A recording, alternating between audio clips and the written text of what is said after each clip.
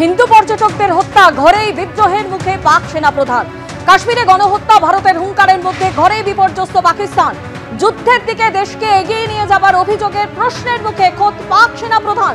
জঙ্গিদের মদত দেওয়ার অভিযোগে ঘরেই প্রশ্নের মুখে পাক সেনাপ্রধান। পাক সেনাপ্রধানের মদতেই পেহেলগাঁও হত্যাকাণ্ডের বিস্ফোরক অভিযোগ। সেনাপ্রধানকেই কাঠগড়ায় তুললেন পাক জয়েন্ট স্টাফ কমিটির চেয়ারম্যান।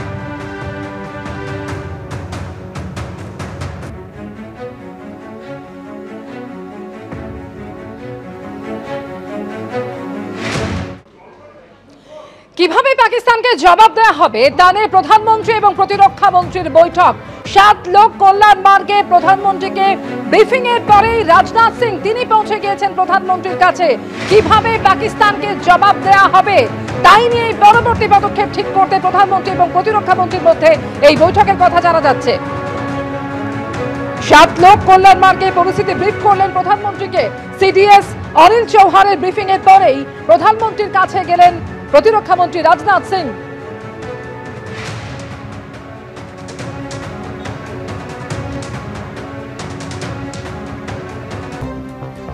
জঙ্গিদের হাতে গণহত্যার পর কি অবস্থা মিনি সুইজারল্যান্ড বৈশারণ ভ্যালি, সেই ছবি তুলে ধরেছেন আমাদের প্রতিনিধি সুকান্ত মুখোপাধ্যায়।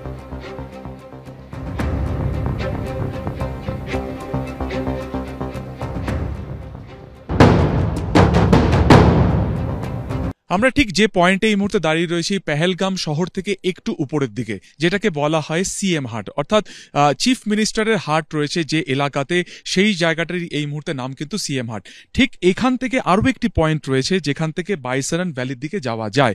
দেখা যাচ্ছে যে মাটির রাস্তা, এবড়ো খেবড়ো পথ, সেখানে বোল্ডার রয়েছে এবং এই জায়গা থেকে কোনোভাবে কিন্তু কোনো গাড়ি অ্যালাউ করা হয় না। অর্থাৎ এক্ষেত্রেও পর্যটকদের অন্যতম সম্বল কিন্তু পনি বা ঘোড়া। ফলত সেই ঘোড়া করে তারা এই পয়েন্ট থেকেও বাইসারণ ভ্যালির দিকে যাচ্ছেন এবং এই মুহূর্তে অর্থাৎ ঘটনার হয়েছে 22 তারিখে, আজকে হচ্ছে 28 তারিখে এবং সেই তারিখে আমরা কি দেখতে পাচ্ছি যে গোটা উপত্যকা কার্যত ফাঁকা এবং এই যে দ্বিতীয় যে পয়েন্ট রয়েছে বাইসারণ উপত্যকাতে যাওয়ার, সেই পয়েন্টেও কিন্তু এই মুহূর্তে 24 ঘন্টা সেনা এবং জম্মু কাশ্মীর পুলিশের তরফে পাহারা তারা দিচ্ছেন, তারা সেখানে মোতায়েন রয়েছেন। পুরোপুরি কিন্তু এখানে কাঁটাতার ফেলে রাখা হয়েছে, কাউকে ভেতরে অ্যালাউ করা হচ্ছে না।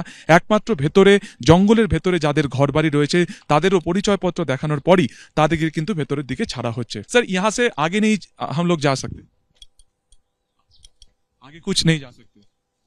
ये आप लोगों का 24 आवर्स पहरा है? जी सर।